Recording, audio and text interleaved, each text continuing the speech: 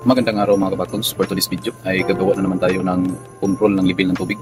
Ang kailangan lang natin dito mga kabakons ay tatlong transistor na NPN BC527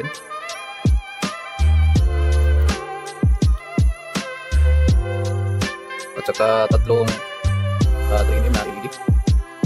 Lahat po itong nakahiga mga kabakons, itong pin na ito na nakahiga ay positive. Ito. Positive. At saka ito tatlong resistor. Ito ay 3 ohms, itong dalawa. Tapos itong isa ay 330 ohms. At ito mga kabakons, meron na akong ginawa dito na gauge para sa ating project na water level sensor. So ito lang yung ginamit ko, itong glow stick, at dito ko nilagay yung mga sensor natin. At meron din itong isang 1N4007 na diode.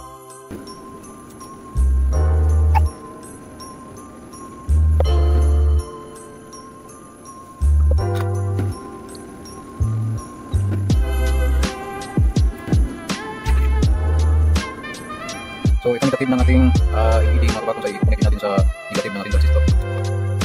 At itong tatlong resistor, i-connect natin dito sa positive ng ating LED.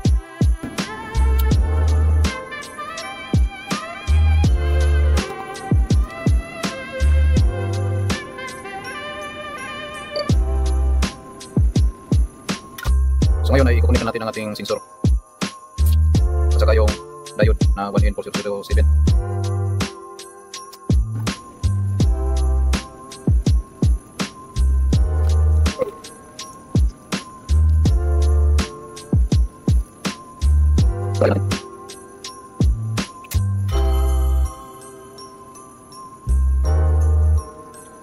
So ngayon ito na po ang kanyang itsura. At dito natin ilagay yung positive 12 volts. At saka dito rin yung negative 12 volts natin.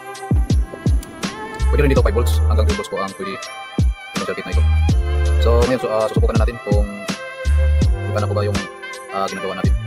Ito mga kabakons, ito yung level 1 at saka level 2 at level 3. Pag umabot yung tubig dito, ay ilaw din itong isa, itong level 1. At saka ako dito, ilaw din itong level 2 na indicator. At ito yung panglas, ito yung kumbaga kung sa tangke ko ng tubig ito ay puno na yung tubig ng iyong tangke. So ngayon meron akong tubig dito at susubukan natin. So ngayon lagyan muna natin ng 12 volts na source. So ito po yung 12 volts at saka ito 5 volts, pero ito lang yung 12 volts na gagamitin natin. So ito yung positive at ito yung negative ng ating 12 volts. So itong positive ilalagay natin dito sa may diode. Yun, at saka itong negative ay ilalagay natin dito sa negative ng ating transistor. So ganyan po ang isura ng ating circuit. So ngayon ay ipapower on na natin yung ating 12 volts na power supply. Ito po, yun. At ngayon lagyan natin ng tubig yung tangki natin, kumbaga kung sa tubig o tangki. So makikita nyo mga kabakons ay nag-iilaw na yung level 1. At saka dagdagan pa natin para umabot sa level 2. Yun, umilaw na naman yung level 2. So ngayon hindi pa puno yung tangki natin, so dagdagan pa natin ng kunting tubig. At yun, so meaning puno na yung tangki natin. At paano ba natin malalaman kung puno na yung tangki natin kung nasa malayo tayo? So ngayon lagyan natin ito ng alarm dito. So meron po ako dito 12 volts na alarm sounder.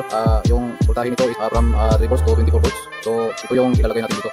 Para kapag puno na yung tangki natin ay mayroong mag-alarm para alam natin na puno na yung tangki natin. Yung positive ng ating sounder ay ilalagay natin dito sa positive din ng ating circuit. So ganyan. Tapos itong negative ay ilalagay natin dito sa negative ng ating level 4 na transistor. So, at kapag napuno ito mga kabakons ay mag-alarm po ito. So marinig naman kung mag-alarm yan. So ito ibabalikan natin, isaksak natin yung source natin. So umilaw na yung pangalawang level, saka ipaabot na natin sa pangatlo.